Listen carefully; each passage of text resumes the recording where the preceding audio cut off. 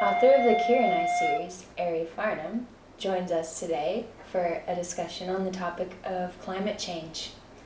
So, Arie Farnam, climate change is caused by human activity. That's a fact, right? But you wanted to talk about it. Why talk about it if it's a fact? Well, climate change is often referred to as a theory, but that's kind of like referring to gravity as a theory. It's a theory that scientists agree on, and it's about as factual as gravity. And at this point, 97% of peer-reviewed scientific papers are saying that climate change is happening and that it's man-made, that it's induced by human activities. The reason that we should talk about it is because 45% of the public doesn't believe in it. Wow. Why does so many people not believe in it? Well, a big portion of that has to do with the way that the media talks about it, and a large proportion of the media doesn't talk about climate change at all, or if they do talk about it, it's mentioned alongside the deniers of climate change, which makes it sound like it's this controversial topic among scientists. On Fox News, for instance, 70% of the mentions of climate change are actually saying that scientists don't think that climate change is human-induced. Well, I mean, Fox News. You gotta take that with a grain of salt. But this is 70%. This isn't, 50-50. This is, and yet what the actual fact is that 97% of scientists are saying that it's human-induced. That's just disinformation. And, but even in less problematic media sources, for example, California has been going through a drought for 4 consecutive years. And on the local TV broadcasts in California, of all the coverage talking about the drought, not all coverage, but all the coverage talking about the drought, only 1% to 2% of it even mentions climate change. And most of those instances where climate change is mentioned, climate change denial is mentioned. Wow. So how could people not think that it's a theory or that this is a controversial topic, basically? The thing that is interesting for me, and the reason, when we talk about science fiction or other types of writing, the kind of writing that I do that's speculative fiction, you look at a certain situation in society that is problematic for some reason like this, and you start asking what-if questions.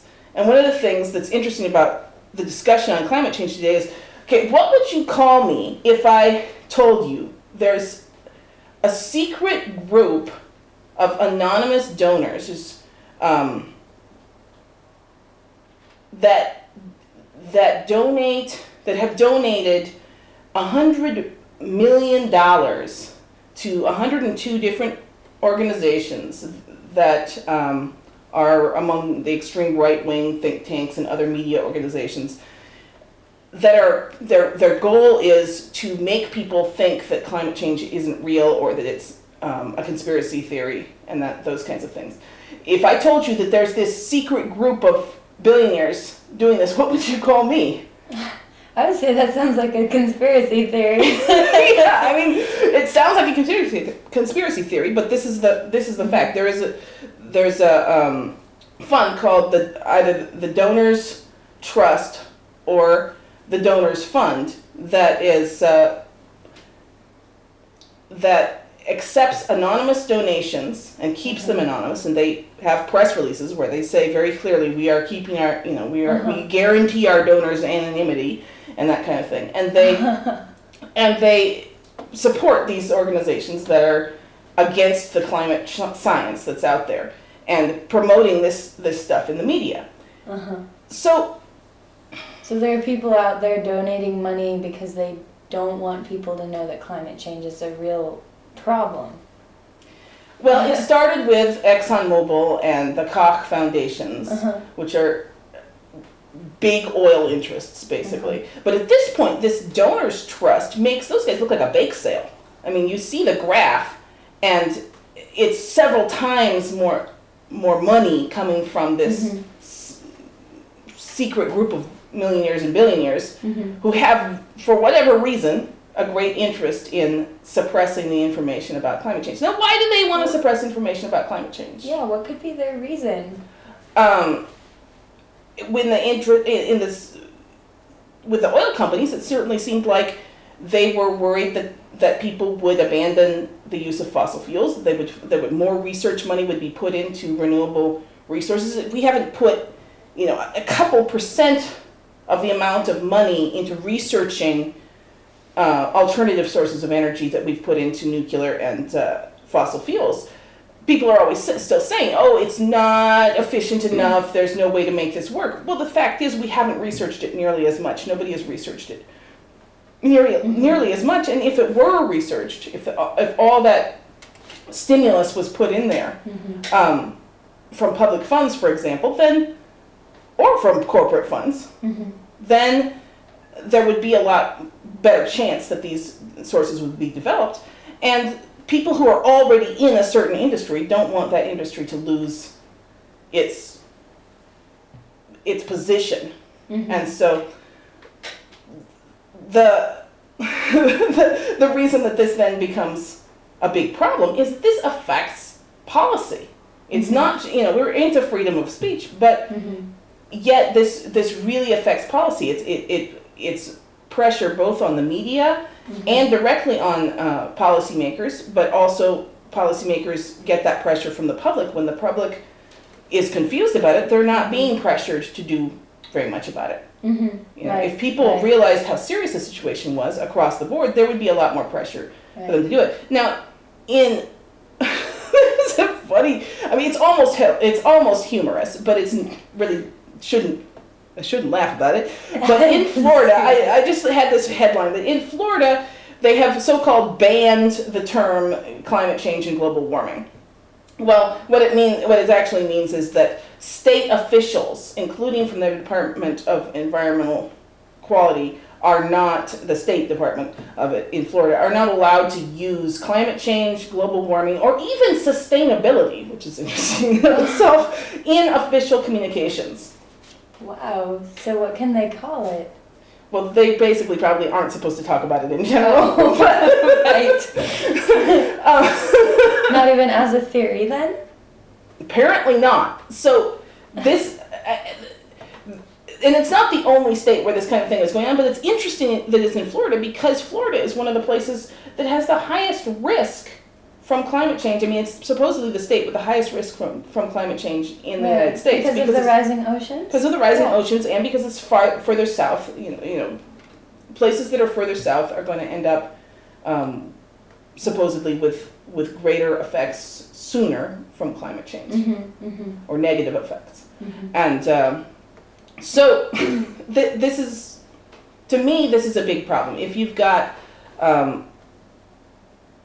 big money going into something that's obviously against the public interest, while it's very hard to legislate something to say we shouldn't have freedom of speech in a certain way, we also should be aware and we should be asking, why is there a group of people who A, is putting their money into suppressing good science, and B, it's a secret group. It's anonymous. They're keeping it as a secret in general. I mean, there still is money coming from things like ExxonMobil and the Koch foundations, but even those sources are, to some extent, they're declining, and it may be that they're still giving the same amount of money, but they're putting part of it in through these anonymous groups. But still, it's many times the amount that ExxonMobil and the Koch foundations are putting in there is being funneled through these anonymous donor trusts. And well, doesn't it make them more suspicious to be having all of their donors be anonymous? It makes them suspicious to people who are looking at sources, I suppose, but Yeah. most of the public isn't looking at sources. They're Right, looking at right. the TV. And Fox News. yeah, then it depends on what your journalists want to report. And that's always a question as to why would a journalist be, journalists generally don't have large oil interests or Mhm. fossil fuels interests. So Right. that raises the question of why journalists would be on that particular bandwagon. Mhm. Mhm. So, what are the expected effects of climate change? Well, I'm not a scientist or an expert on this, but it is interesting to me, and I look at the research on it, and when you look at climate change of what is reported about climate change most of the time, the focus tends to be on having more hot days and the oceans rising. Mhm. And so, people joke about this. We live in an area where, a few more hot days might not be a bad thing, Mhm. And so people joke that might not be a bad thing. Mhm. And you have the ocean rising is abstract to a lot of people. They don't realize how much effects it would have, even if a small rise, how much land area that would actually cover. Mhm. And so you have to look a little deeper into that. For example, we have the slug problem here, where people, basically, it has become so intense with these slugs that we're not adapted to our climate. But now, as the climate here gets warmer, it's almost impossible to grow completely organic produce, especially in a small garden. Mhm. If you can plow a huge swath around your thing and plow it, every couple of days to basically chew up all the slugs that are trying to invade, you can get rid of that. But it makes, pests are a big problem the more you have quickly changing climates. And then with the ocean rising, I suggest people look at a place like Bangladesh, because that's a country where they lose a third of their land area every year to flooding. And it's a very overcrowded country. And there's no place for the people to go Mhm. when the floods come. Mhm. And it's one of the reasons why it's one of the most impoverished countries in the world. Mhm. If you end up with a lot of these coastal cities in other countries being flooded, those people are, people think, oh, well, we'll just have to move someplace. The problem is we don't really have empty land that's Mhm. in areas where you're going to be able to have a good livelihood. Right. But even those effects pale in comparison to, basically for me, the most frightening concept is the clear predictions of massive agricultural problems. If we did what the UN climate scientists and what's being called for in the climate negotiations, in order to try to make the temperature not rise by more than 2 degrees above pre-industrial levels by 2100, if we could do that, the predicted effects on agriculture would be you'd lose about a quarter of the U.S. maize corn and a quarter of the African maize corn and about 20% of Indian wheat. So your agriculture production would go down, even with the things that what we're trying to do. Mhm. That sounds hard, but it does seem survivable. Mhm. But if we continue going the direction we are, and it doesn't at this point appear that politicians are, the major countries are not getting on board with these things. Mhm. If that continues, the predicted outcome will be a rise of temperature globally of around 4 degrees over pre-industrial levels. And that would mean losing half of all, 50%, around 50% of all African maize corn, 60% of U.S. maize corn, and 70% of Indian wheat. Wow. So then you're looking at a situation where It's most of it. you could have within at least our children's lifetime, possibly many of our lifetimes, you could have starvation on a fairly large scale, with all the things that would go along with that. And that's not even taking into account extreme weather and pest problems. These are just the things based on predicted droughts and temperature rising. And so for me, those are the effects that I see have been pretty well predicted by credible sources. Wow. Well, your contemporary dystopia books center on people who are basically activists up against the impossible odds. How much do they parallel the real world? Well, when I look at climate change, it sometimes seems like that. It seems like impossible odds. Basically, you have big corporations that have a huge amount of influence on policy and on the media, and it doesn't look like there is a way to change that. And yet we have to somehow keep going in the face of it. And so one of my questions when I started writing was, what do you do when you are faced with situations that seem hopeless and you are up against something that is so vast? Whether it's a biological system, a climatic system that's all over the world, or a system of plutocracy that affects our supposed democracy and media to this extent. And it's not just about one country. It's not about the United States, or it's not about China, because the companies who have this kind of influence tend to be global, and that when you look at what is the true influence behind politics and which candidates win, they tend to be the ones that are backed by vastly more financing from companies. And then you look at where those companies' interests come from.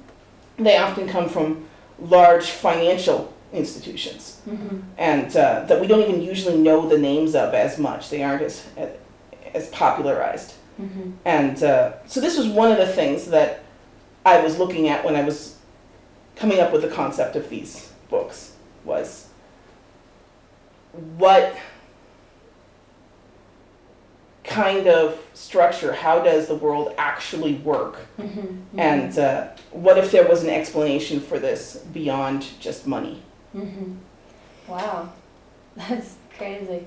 Yeah, the books sometimes get called conspiracy theories, but and it's fiction, but it happens. It parallels, as you say, it parallels the real world in that I often can relate to the feeling of hopelessness in society, whether it's in that story or in society where we're trying to deal with an issue like climate change. Well, the people who are trying to go up against the huge corporations with such vast power, well, what keeps them going? If they know so much truth about it that they know that it's pretty much hopeless, I mean, why even try to put up a fight?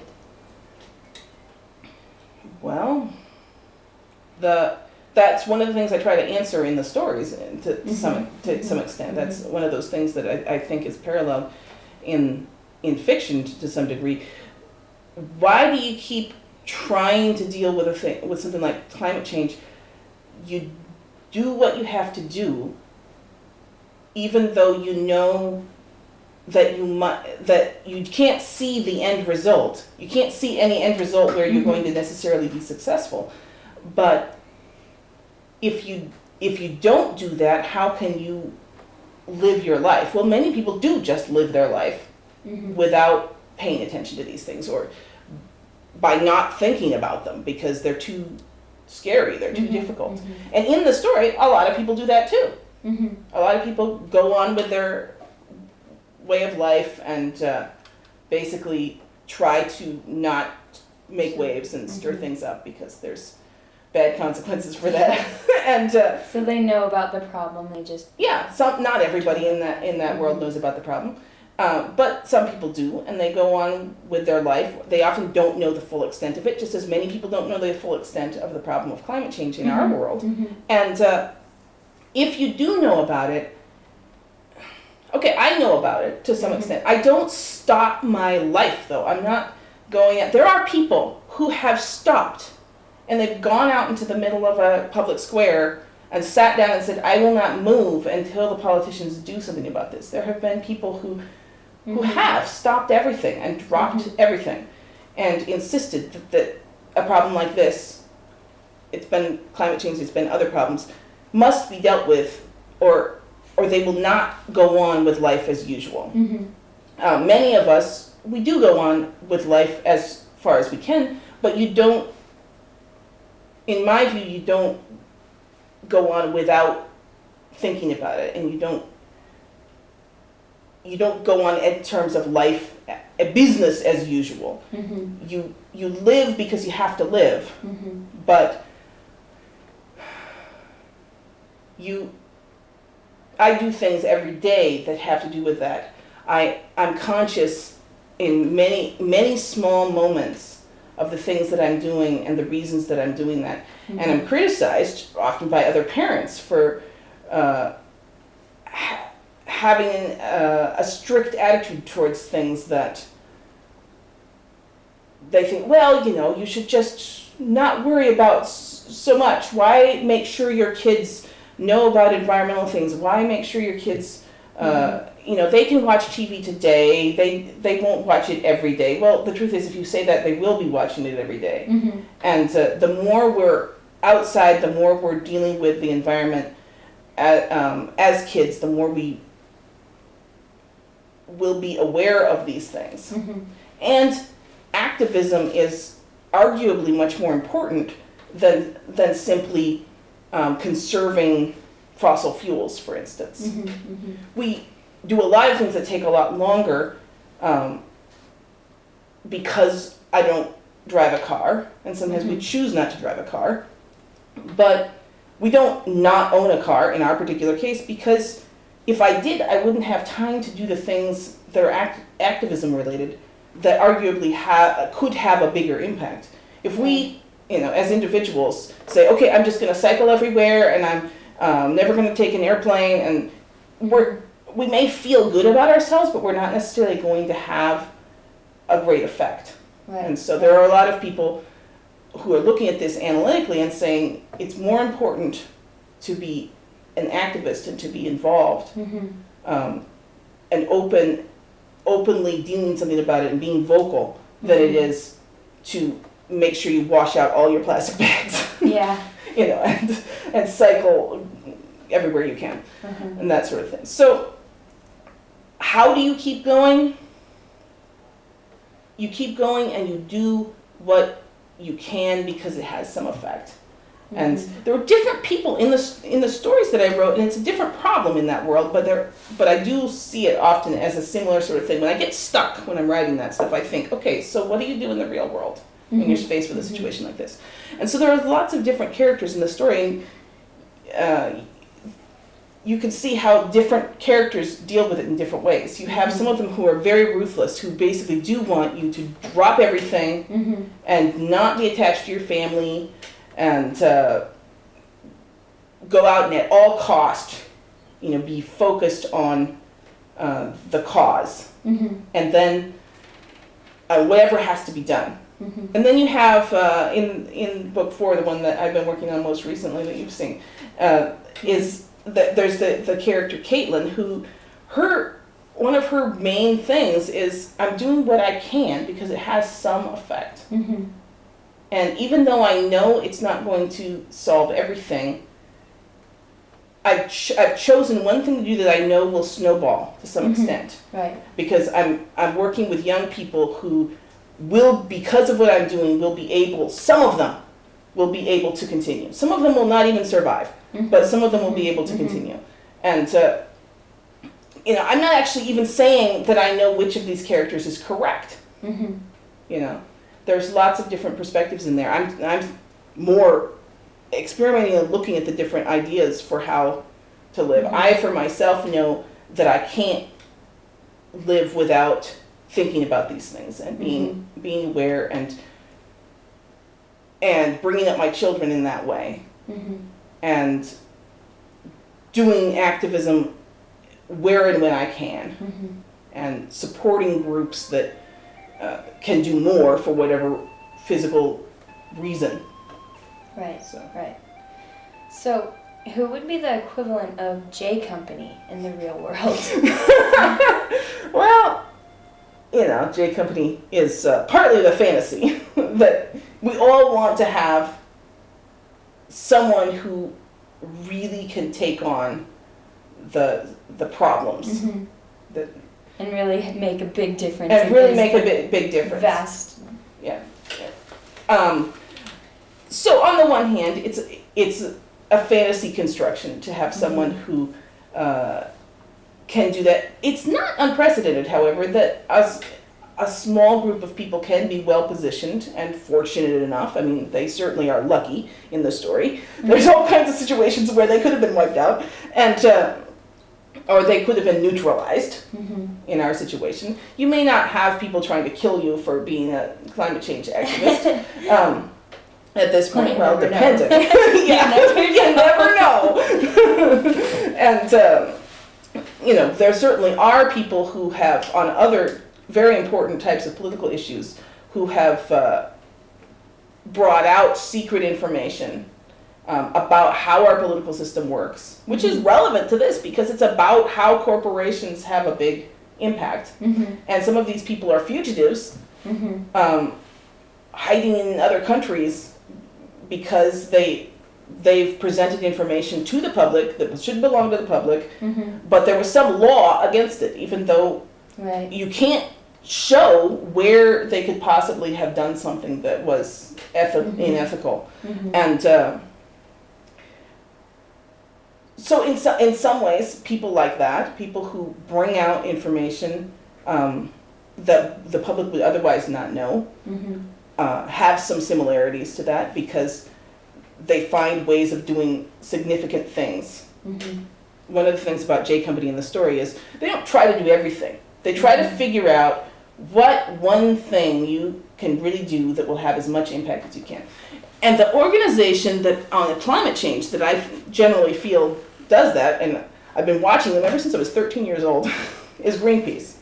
Right. And I like Greenpeace precisely because of that philosophy, which is that you may not be able to take on everything, but you find specific issues where you can have the most impact possible. And focus primarily on that, less on what's going to be the most popular or obviously they do have a media strategy because that's part of having an impact. But they work very strategically, and they don't necessarily function as a traditional organization in that it's not a bunch of members get together and vote on something. It's not generally policy by committee.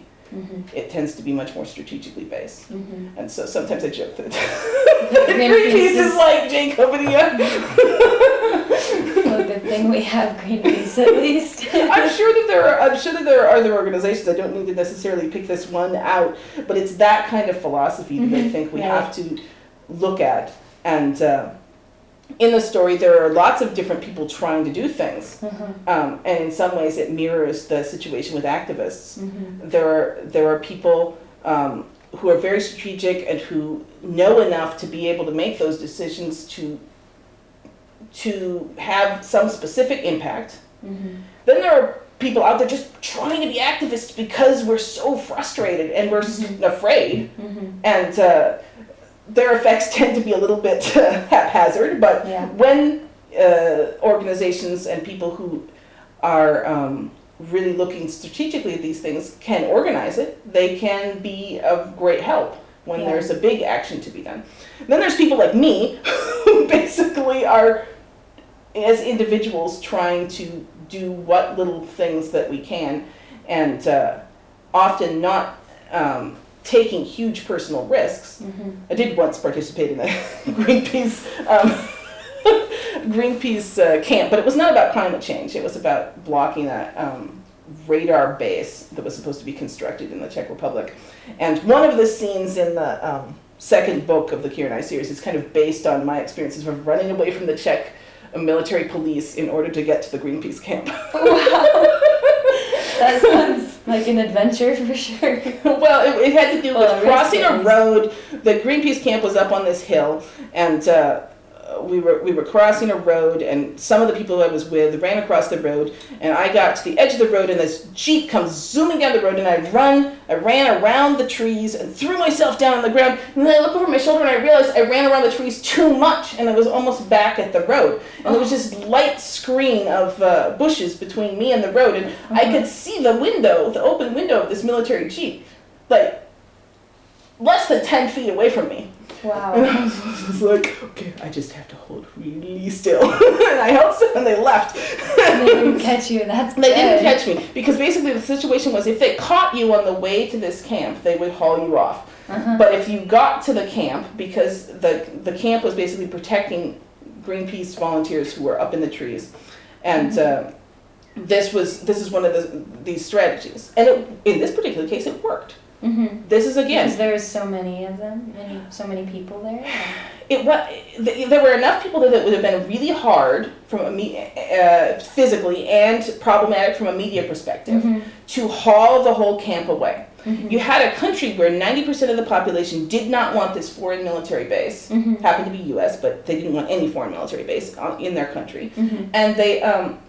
90% of the country didn't want it, and yet the politicians were pushing for it because the politicians, as usual, are in bed with the other politicians. Basically. Figuratively speaking.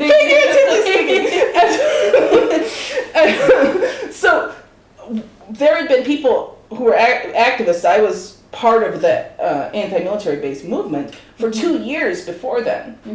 And occasionally we'd run into someone from Greenpeace who would talk about something like this. But we didn't know, and then all of a sudden, overnight, Greenpeace sets up this camp. And I don't know how they arrived at that decision, but it was extremely strategic, and it worked.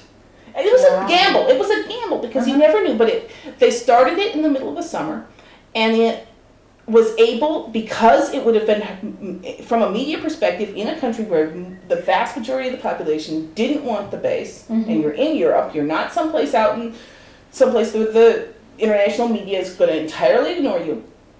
And they were able to block it for long enough that by the time the police finally did come in and clean the camp out, they had missed their window of opportunity politically. And the U.S. administration changed, and there was no longer this big push for the military base.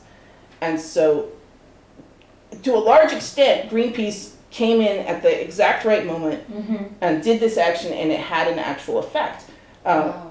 Pretty large effect. Yeah, they didn't do the whole thing. You can't say that Greenpeace was responsible for the whole thing, because if it hadn't been this campaign for 2 years of very small-time activists informing the public, there was no media coverage unless these people were talking about it. That small Czech, student activists largely, informing the public about it, talking about it, keeping it on the table where it was constantly being swept under the carpet in the media and by politicians. If those people hadn't been doing it, Greenpeace wouldn't have been able to be successful in what they did. But that movement couldn't do what Greenpeace did, because they didn't have the infrastructure, they didn't have the training, they didn't know how to do that kind of thing. And these were Czech, this was not a foreign Greenpeace group coming in, these were Czech Greenpeace people who did it. But it was, to me, that was a very interesting thing. And I had my little tiny part of it just by helping to be one of the bodyguards. That's great. Yeah, I mean, whatever you can do. Like, now that I've started contributing money to Greenpeace, I feel like I'm actually doing something, whereas before I felt like I really wasn't doing anything. I'm sure that they appreciate that kind of thing. I mean, we also try to do, there really is a point to doing campaigns that bring things into the public eye, whether it's letters to media or letters to policymakers. these kinds of things have a real effect. It doesn't seem like it, but this is what was going on for 2 years beforehand. And as I said, Greenpeace couldn't have done what they did in that anti-radar-based campaign if they hadn't, if there hadn't been this group of people that were, a few thousand people doing activism that was, in some cases, very hard. I was part of that particular movement more so, and that was all I did besides work for 2 years. And